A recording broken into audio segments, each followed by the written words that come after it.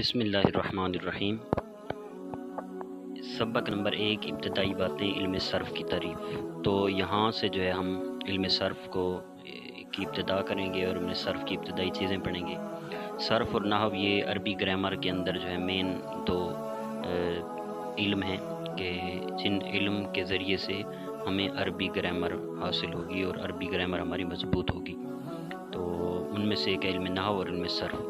علم نحو کا جو تعلق ہے اس کا تعلق عربی میں اس چیز سے ہے کہ کوئی بھی کلمہ ہے تو اس کے آخر میں ہم نے کیا اعراب لگانا ہے، کیا حرکت لگانی ہے، اس میں کس ٹائم کون سی حرکت آئے گی، کبھی زبر آئے گی، کبھی زیر آئے گی، کبھی پیش آئے گی۔ اور کچھ کلمے ایسے ہوں گے کہ جن کی حرکت بالکل تبدیل ہی نہیں ہوگی، یعنی ہمیشہ ان پہ زبر آئے گی۔ کچھ ایسے ہوں گے جن پر ضمہ آئے گا، پیش آئے گا، اور کچھ ایسے ہیں جن پر زیر آئے گی۔ اور کچھ ایسے کلمات ہوں گے عربی کلمات کے جن کے آخر میں تبدیلی ہوتی رہے گی، یعنی کبھی زیر آ جائے گی، کبھی زبر آ جائے گی، کبھی پیش آ جائے گا۔ جیسے میں ایک عربی مثال دیتا ہوں، جاء زیدن، اب یہاں زیدن پہ پیش آیا ہوا ہے آخر میں، اور رأیت زیدن یہاں آخر میں زبر آئی ہوئی ہے، یعنی تنوین، دو زبریں آئی ہوئی ہیں۔ اور مررت بزیدن یہاں زید پہ زیر آئی ہوئی ہے، تو تینوں حالتوں میں تبدیلی ہو رہی ہے۔ لیکن اگر میں زید کی جگہ حاذا لگا لوں کہ جاء حاذا، رأیت حاذا، مررت بحاذا، تو یہاں تینوں جگہوں میں ہم نے دیکھا ہے کہ حاذا کے آخر میں الف ساکن ہی موجود ہے، اور زال کے اوپر دیکھیں تو زبر ہی موجود ہے، یعنی حاذا میں کس طرح کی تبدیلی نہیں ہوئی جبکہ اس میں تبدیلی ہوئی ہے، اور کس ٹائم کون سی تبدیلی ہوئی ہے۔ تو یہ جو چیزیں ہوتی ہیں یہ علم نحو کے اندر بیان کی جاتی ہیں۔ اور عربی گرامر کے اندر دوسرا جو علم ہے وہ ہے علم صرف۔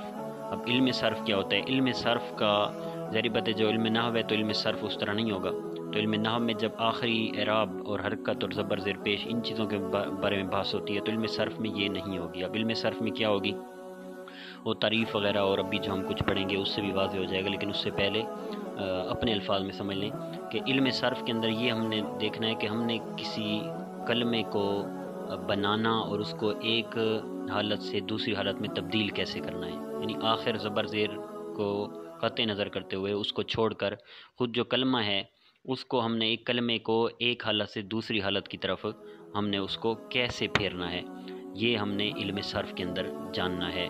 اور کلمے کا جو ہے تلفظ کیسے کرنا ہے یہ بھی ہمیں علم صرف کے اندر معلوم ہوگا، یعنی آخری حرکت زبر زیر پیش کے علاوہ شروع کے جو حروف ہیں ان میں ہم نے کس پر کون سا حرکت اور کون سی ساکن ہے تو کس جگہ پہ سکون پڑھنا ہے۔ جیسے اب ہم اس کی مثال میں آپ کو دیتا ہوں، جیسے کہ ہے ہم دربن ہے، ایک کلمہ ہے، اب دربن ہے تو دارا، اور ایک کلمہ ہے دارابا۔ اب دارابا جو ہے یہ دربن سے بنا ہے، لیکن اب یہ دارابا دربن سے کیسے بنا ہے تو یہ ہمیں علم صرف کے اندر معلوم ہوگا۔ تو دیکھیں ہم نے یہاں کوئی آخری اعراب و حرکت کی بات نہیں کی، بلکہ ہم نے پورے ایک کلمے کی بات کی ہے کہ یہ ایک کلمہ ایک حالت سے دوسری حالت کی طرف کیسے پھرا ہے، یعنی اصل میں دربن تھا، دربن سے ہم نے بنایا ہے دارابا۔ اب دارابا ہے یعنی دو درابا، اب دارابا سے بنا ہے یدربو، اچھا پھر یدربو ہے، یدربو سے بنا ہے داربن۔ تو اب یہ دیکھیں کلموں کی ایک حالت سے دوسری حالت کی طرف تبدیلی، یہ چیزیں ہم نے پڑھنی ہیں علم صرف کے اندر۔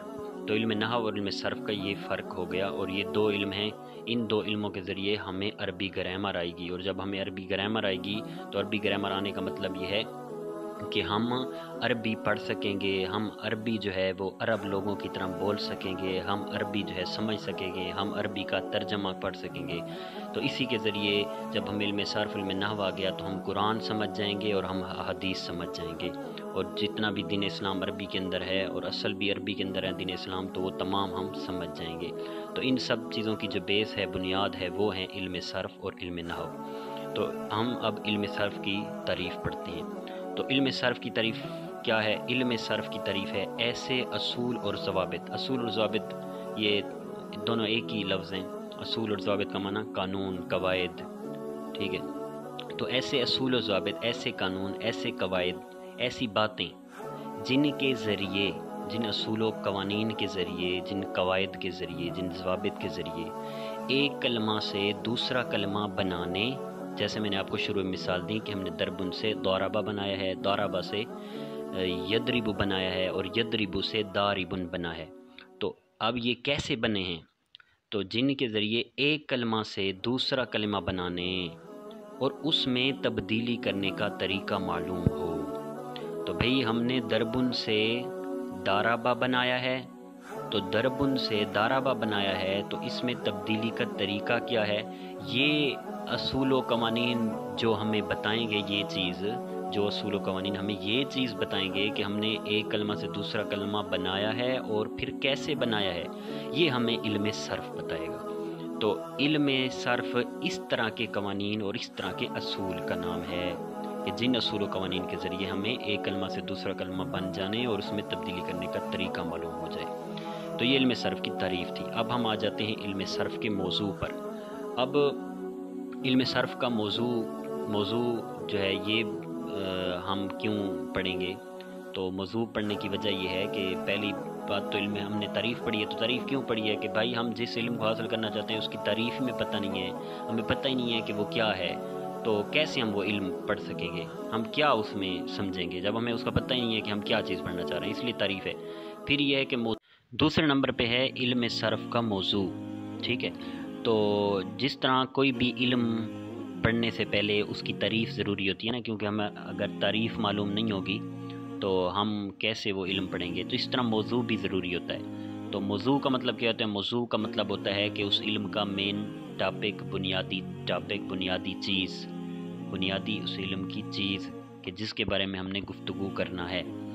تو جیسے کہ بالفرض علماء کرام کے بیانات ہوتے ہیں، تو ان کے بیانات کے کیا ہوتے ہیں؟ موضوعات ہوتے ہیں کہ بھئی آج اس کے بیان کا موضوع نماز ہے، آج عالم صاحب نے جو بیان کیا مسجد میں تو اس کا آج موضوع نماز تھا، اس کا موضوع آج روزہ تھا، اس کا موضوع آج حسن اخلاق تھا۔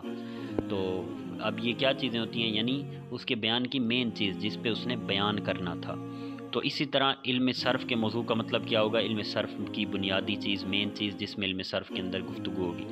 تو علم صرف کا موضوع جو ہے وہ صیغہ کے اعتبار سے کلمہ ہے، یعنی علم صرف کا موضوع کلمہ ہے لیکن صیغہ کے اعتبار سے۔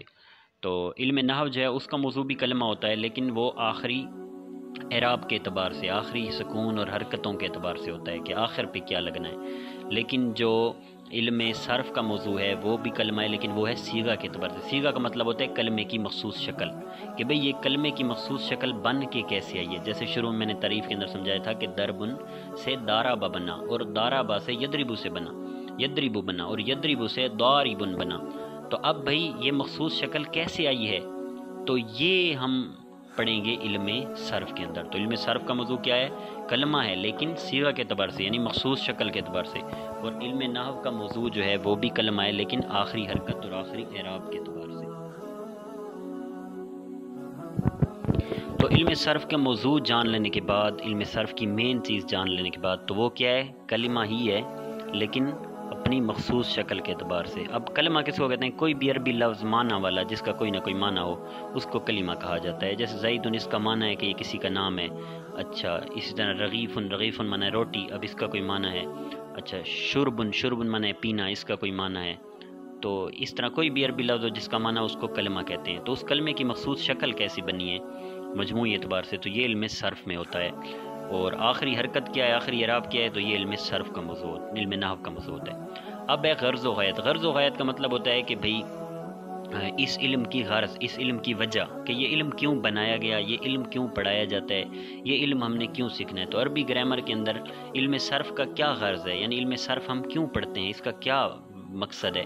تو یہ غرض سمجھنا بھی ضروریت ہے، کیونکہ آپ کوئی کام کر رہے ہیں لیکن آپ کی کوئی اس میں غرض ہی نہیں ہے، آپ کی کوئی وجہ ہی نہیں ہے کہ آپ کیوں کام کر رہے ہیں، تو فضول ہی کام کر رہے ہوں گے۔ جب آپ کوئی کام کر رہے ہیں اس کی وجہ بھی نہیں ہے، ویسے ہی کر رہے ہیں تو فضول ہی ہے۔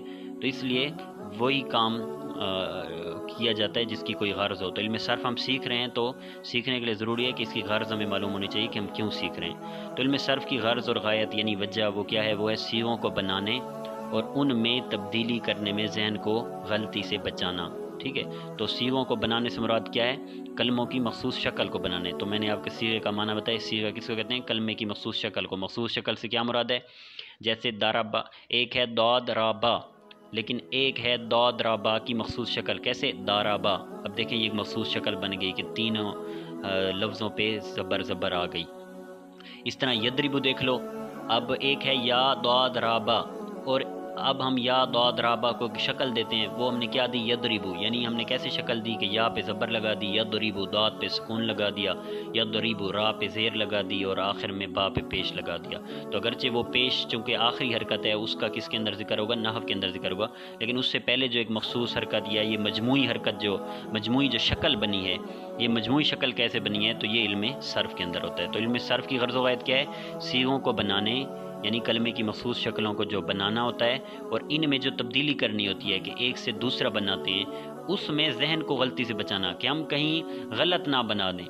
جیسے دربن سے دارابا بن رہا ہے نا، تو لیکن ہم دربن سے یدربو بنائیں گے تو یہ غلط ہم نے بنایا ہے، کیونکہ دربن سے دارابا بنتا ہے پہلے، پھر دارابا سے یدرب بنتا ہے۔ یا ہم دربن سے بناتے تو ہیں لیکن داریبا بناتے ہیں، دیریبا بناتے ہیں، یا دربن سے ہم دیری بھی بناتے ہیں تو یہ غلط ہے۔ دربن سے دارو بو بناتے ہیں تو یہ بھی غلط ہو گیا، دورو بو بناتے ہیں تو یہ بھی۔ تو صیغوں کو بنانا اور ان میں جو ہم تبدیلی کرنی ہے ایک سے دوسری میں، تو اس میں ذہن کو ہم نے غلطی سے بچانا ہے، یعنی غلطی نہ ہو جائے۔